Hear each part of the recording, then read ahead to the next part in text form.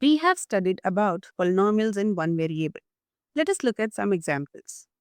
3x plus 5, x square minus 4x plus 4. Now this is a polynomial in x. This is another polynomial q in x. Here in both of these cases, we have only one variable. But polynomials can have multiple variables too. So let us look at polynomials in more than one variable or multivariable polynomials. Let us look at some examples. We have 5x square y cube. In this case, we have two variables x and y. In this case, again, we have two variables a and b. In this last polynomial, we have three variables x, y, and z. We can represent them like this. This is a polynomial in x and y. This is a polynomial in a and b. And this is a polynomial in x, y, z. Now, let us observe the first one. As you can see, there is only one term. So, this is a monomial. Now, how do we find the degree of a monomial? In case of a monomial, the sum of the exponents of all the variables present in a monomial is called the degree of the monomial. For example, here the exponent of x is 2, the exponent of y is 3. So, the sum of exponents, that is 2 plus 3, is the degree of this monomial. So, the degree is 5. Now, for polynomials having more than one terms, for example, this is our trinomial. Now, for any polynomial having more than one term, how do we find the degree? To determine the degree of a polynomial, we must first find the degree of each of its terms. And the highest degree among these is the degree of the polynomial.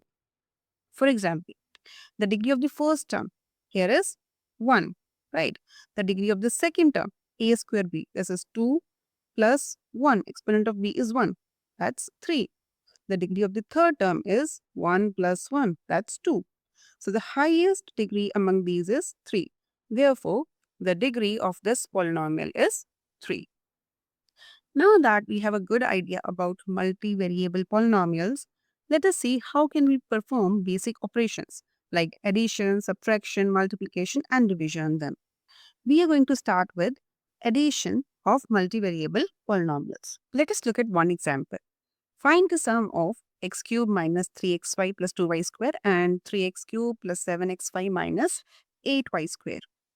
Now, to determine the sum, we do have two methods. We can either use the horizontal method or the column method.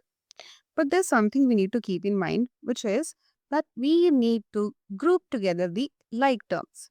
Now, what are like terms? Terms which have same variables along with same exponents. For example, negative 3xy. Here the variables are x and y and the exponent of x and y is 1 each, right? And plus 7xy. This is also having two variables x and y with 1 as exponent for both of these variables. So these are like terms. Similarly, x cube and 3x cube are like terms. For example, we can have 5y cube and negative 7y cube. These are like terms. Now, let us start with the horizontal method. So first of all, we are going to write down both the polynomials with the plus sign between them. Now, we group together the like terms. So we have x cube and positive 3x cube. Then we have negative 3xy plus 7xy plus 2y square and minus 8y square. Now let's just add them. 1x cube plus 3x cube, that's 4x cube. 7xy minus 3xy is positive 4xy. Minus 8y square plus 2y square is minus 6y square. Now let's head to the column method.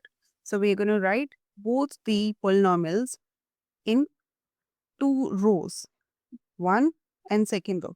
Now when we are writing them, we preferably arrange them in such a way that the like terms fall in the same column, right? So now let us add them. So x cube and 3x cube is 4x cube minus 3xy plus 7xy is plus 4xy. 2 minus 2y square minus 8y square is minus 6y square. Now let us look at subtraction of multivariable polynomials. We need to subtract this polynomial from this polynomial. So once again, let us start with the horizontal method. So we'll write down 5a square plus 2ab minus b square minus 2a square minus 5ab plus 3b square plus b. Now, here we have the first polynomial. Now, in case of minus, when we'll open this second bracket, the signs will change. So, this will be minus 2a square plus 5ab minus 3b square minus b. Now, once again, let us put together the like terms. 5a square minus 2a square, 2ab plus 5ab, minus b square minus 3b square, and then minus b. So, this is 3a square plus 7ab minus 4b square minus b. Now, let us look at the column method. So, we'll put two polynomials in two rows such that the like terms fall in the same column. And if we have some term which does not have a like term in the other polynomial, we can just leave it as it is. Now, let us subtract these two. So, while subtracting, once again, the signs will change. Since this is positive, it will become negative. This is negative, it will become positive. This will become negative and this will become negative. 5a square minus 2a square is 3a square. 2ab plus 5ab is plus 7ab. This is minus 4b square minus b. Now let's move on to multiplication of multivariable polynomials. So we have this example. Again, we have two methods. Let's look at the first one. So 3a minus 2b is to be multiplied by 2a square plus 4ab minus b square. Now here we can use the distributive law. So first of all, we'll multiply the second polynomial with 3a. And then we multiply the second polynomial with negative 2b. So let us look over here. This is going to be 3 into 2. 6a into a square is a cube. 6a cube. 4 into 3, 12a square b minus 3ab square. Then this will be minus 4a square b minus 8ab square minus 2b into minus b square is plus 2b cube. Now group together the like terms. We have 12a square b, negative 4a square b. Let's put them together. Then we have negative 3ab square, negative 8ab square, and we have put them together. Let's just solve these. 6a cube plus 8a square b minus 11ab square plus 2b cube. Let's move on to the column method. Now over here, we are going to first multiply this polynomial with 3a. That's our only job for now. Let's multiply this entire polynomial with 3a and put it in this row. 3a into 2a square, 6a cube. 3a into 4ab plus 12a square b. 3a into minus b square minus 3ab square. Now we'll multiply the second term, negative 2b, with this entire polynomial and put it in a row below, with like terms being in the same column.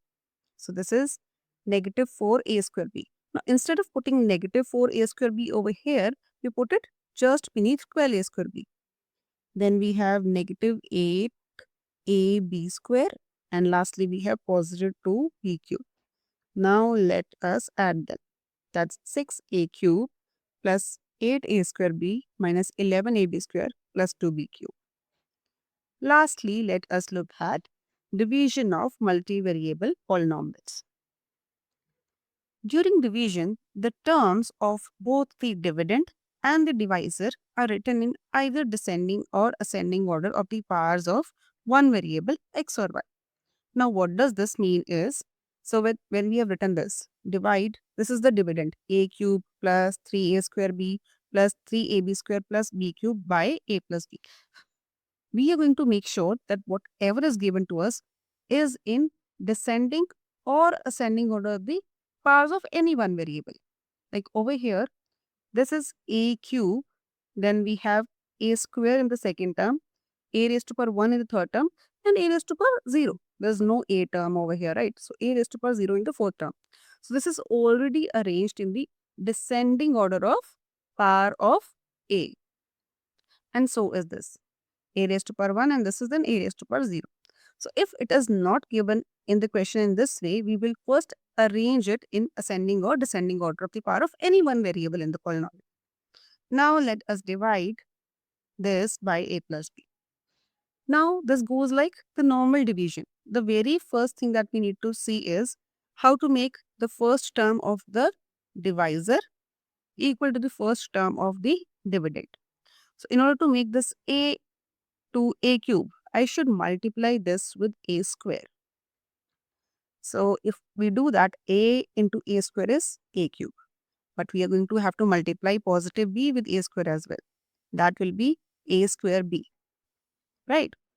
Now we will subtract it like we do in normal division. So as you will see, this will get cancelled out. So that is our main aim, to cancel out the terms one by one. This becomes negative, this also becomes negative. A cube and negative a cube cancels out. 3a square b minus a square b is 2a square b. Then we will bring the next term, positive 3ab square. Now once again, we'll repeat the steps. So what should I multiply with a to get 2a square b? It should be 2ab, positive 2ab, right? So this is positive 2a square b. b into 2ab is 2ab square. Once again, let us subtract them. Now this will cancel out. We get ab square. Let's bring the last term. Now what should I multiply with a to get ab square? B square. So this is b into b square will be b cube. And these two get cancelled out, leaving the remainder to be 0.